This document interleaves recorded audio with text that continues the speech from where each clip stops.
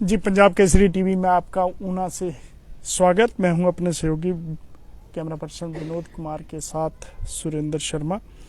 जैसे कि कल 12 तारीख को सभी का भाग्य मत पेटियों में यानी कि ईवीएम में बंद हो चुका है और अब ये जिन 8 को निकलेगा तो चुनावी शोर खत्म होने के बाद और वोट जो है वो पड़ चुके हैं, उसके बाद किस प्रकार का माहौल है। और हमारे साथ है ऊना के भाजपा के वरिष्ठ नेता सतपाल सिंह सत्ती। तो चुनावी करीब 1 महीने के इस शोरगुल के बाद आज आराम की मुद्रा में है। हिमाचल प्रदेश में क्या स्थिति रहेगी, क्या आंकलन होंगे और किस प्रकार के जो है वो आंकलन लगाए जा रहे हैं, इसको लेकर बातचीत करेंगे। सर, आपका स्वागत है। धन्यवाद जी, धन्यवाद। काफी दिनों की दौड़ धूप के बाद आज कुछ रिलैक्स हैं आप? हाँ, पिछले 1 महीने से भारतीय जनता पार्टी के प्रत्याशी के रूप में जो मुझे जहाँ से टिकट मिला था, उसके कारण चुनावी वातावरण जैसा रहता है आप जानते हैं, उसमें काफ़ी व्यस्तताएं रहती है। लेकिन सब कार्यकर्ताओं ने इकट्ठे होकर के और ऊना की जनता ने मेहनत करके पिछले कल जो वोटिंग करवाई है उसके लिए मैं उनका धन्यवाद करता हूं। और मैंने निवेदन भी किया था कि सब लोग वोट डालने के लिए जाएं और विकास के लिए वोट डालें, ईमानदारी के लिए वोट डालें, राष्ट्र हित में वोट डालें। तो मुझे पूर्ण विश्वास है कि ऊना विधानसभा क्षेत्र की जनता ने भारतीय जनता पार्टी के पक्ष में वोट डाला है और जब 8 दिसंबर को रिजल्ट निकलेंगे तो ऊना विधानसभा से भारतीय जनता पार्टी जीत करके जाएगी। इस बार ओपीएस भी मुद्दा था क्योंकि वोटें पड़ चुकी हैं और ईवीएम में कैद है। ओपीएस एक मुद्दा था और आपने किस प्रकार से कर्मचारियों को समझाया और क्या लगता है आपको, क्या ये मुद्दा बनेगा? नहीं, मुझे लगता है कि अनेकों मुद्दे चुनावों के अंदर होते हैं, उसमें से अलग अलग मुद्दों के ऊपर अलग अलग वर्ग के लोग जुड़े होते हैं। तो ओपीएस से कर्मचारी वर्ग के लोग जुड़े हैं।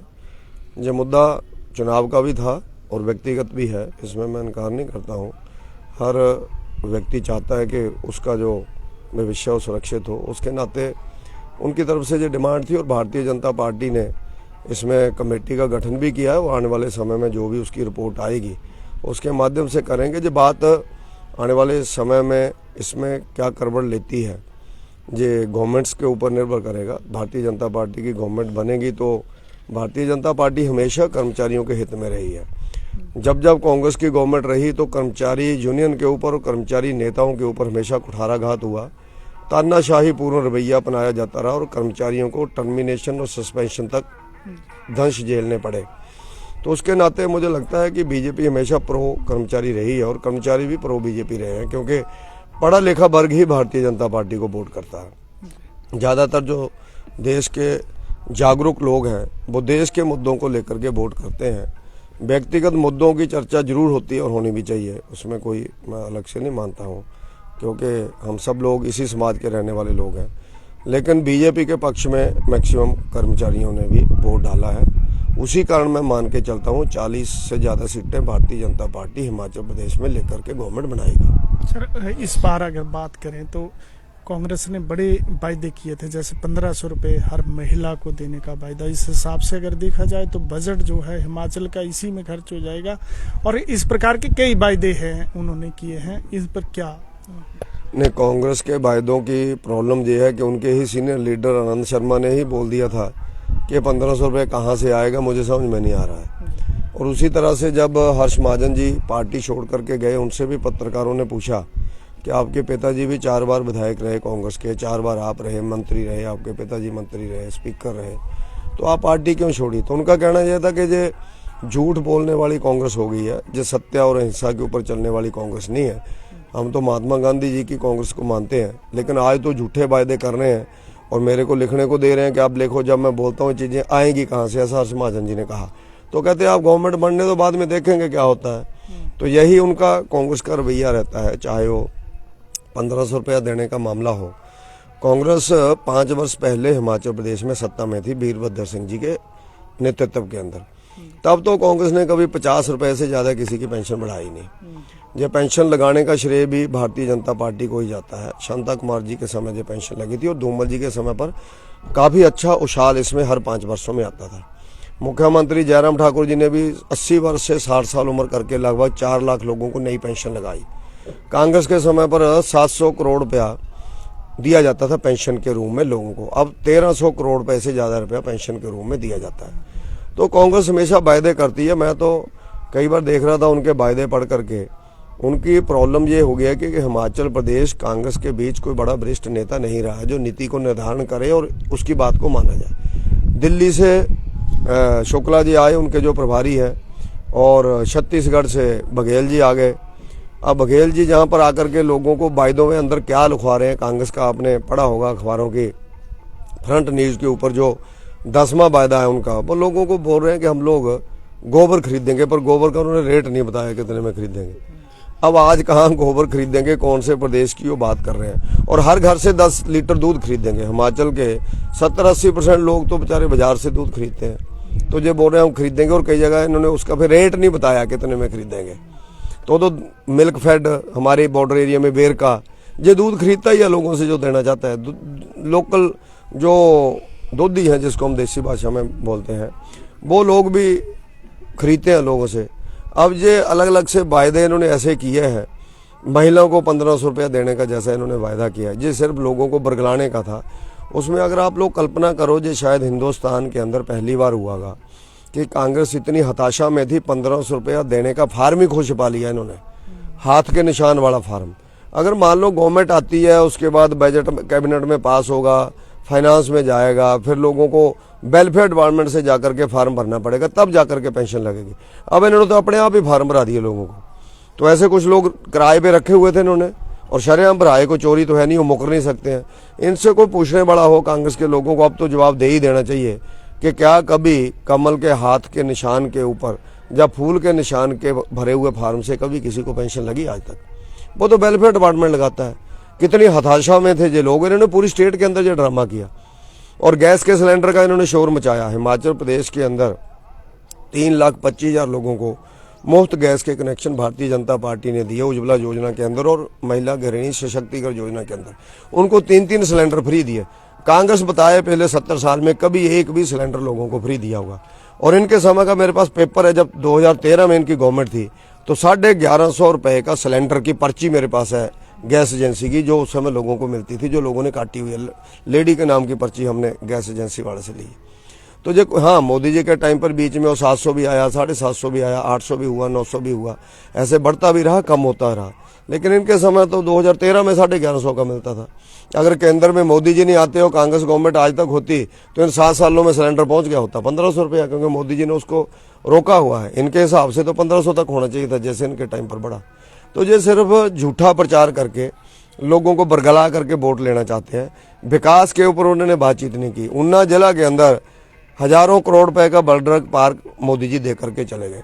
124 करोड़ रुपए का ट्रिपल आईटी दिया, ट्रेन जहां से चलाई, पीए सैटेलाइट हॉस्पिटल आ गया, पूरे जिला के खड्डे और स्वास्थ्य जनरेशन भारतीय जनता पार्टी ने किया, इंडियन ऑयल का टर्मिनल आया। ये हजारों करोड़ रुपए के प्रोजेक्ट हैं, लेकिन कांग्रेस के नेता बोलते हैं कि ऊना को मोदी जी कुछ नहीं दे के गए। अब इनकी सबसे बड़ी प्रॉब्लम है बेचारों की, कांग्रेस के लोगों की, जब तक इनकी जेब के अंदर पैसा नहीं आता ना रिश्वत का, तब तक इनको लगता ही नहीं कि किसी ने कुछ दिया। अब उसका इलाज तो हमारे पास कोई नहीं है, और इनकी झूठ का कोई इलाज नहीं है, और इनकी लूट का कोई इलाज नहीं है। तो उसके नाते हमने भरपूर काम किया ऊना जिला के अंदर, समर्थन दिया ऊना जिला की जनता ने भाजपा को। तो मुझे पूर्ण विश्वास है कि मेजॉरिटी की सीट्स ऊना जिला से भारतीय जनता पार्टी की आएंगी। अगर लास्टली बात की जाए कि चुनावों में बढ़ता धन बल, यानी कुछ लोग ऐसे बाहर से आ जाते हैं जो पैसे लेके आते हैं, और एक ट्रेंड बन चुका है जो परंपरागत नेता होते हैं जो यहाँ पे ही लड़ाई लड़ते हैं, वो पीछे रह जाते हैं और धन बल जीत जाता है। क्या मानते हैं लोकतंत्र के लिए? ये दुर्भाग्य है, लोकतंत्र के भविष्य के लिए खतरा है।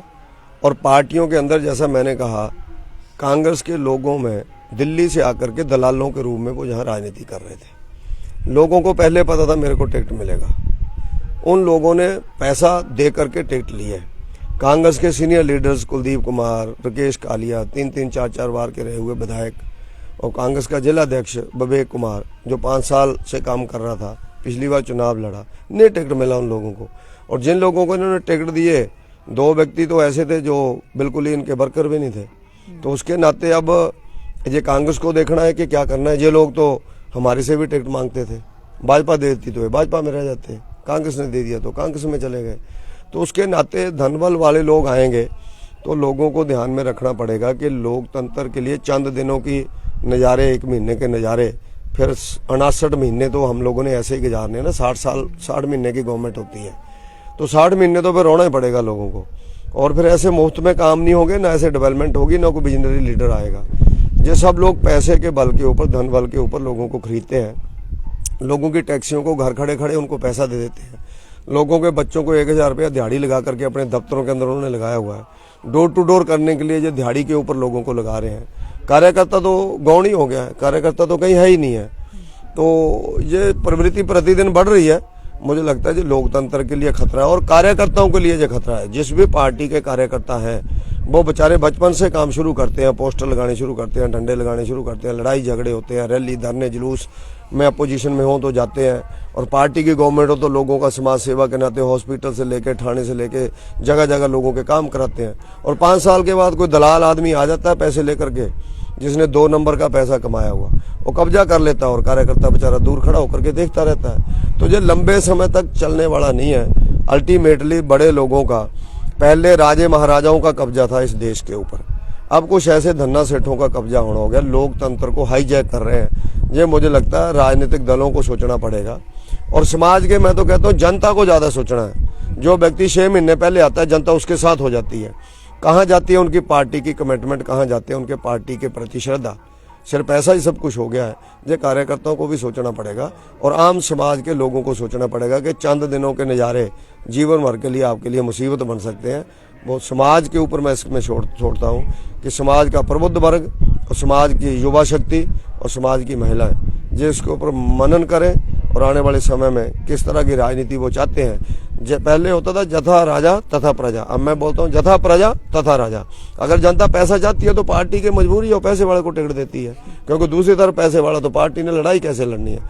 जब समाज ही बिकना शुरू हो जाएगा, समाज के लोग ही उसके साथ चलना शुरू हो जाएंगे, तो पार्टियां, मैंने देखा कई बार भारी मन से ऐसे लोगों को लेकर के आती हैं। कांग्रेस में जो ज्यादा प्रवृत्ति है, बीजेपी ने अभी इग्नोर किया। हमसे ऐसे 3 लोगों ने टिकट मांगा था जिनकी प्राइमरी मेंबरशिप भी बीजेपी की नहीं थी। उसमें से मैं नाम लूंगा तो शायद अच्छा नहीं रहेगा।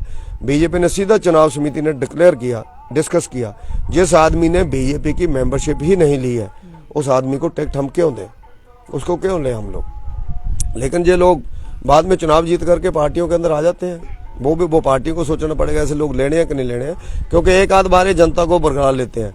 अगर ये इंडिपेंडेंट्स लोग जीत करके समाज के अंदर लंबी लड़ाई लड़े ना, मैं दावे के साथ कह सकता हूँ ये दूसरा चुनाव नहीं जीत पाएंगे, क्योंकि जितने वायदे इन्होंने किए होते हैं वो गवर्नमेंट का आदमी भी पूरे नहीं कर सकता है। जेब से पैसे खर्च के कौन कर सकता है।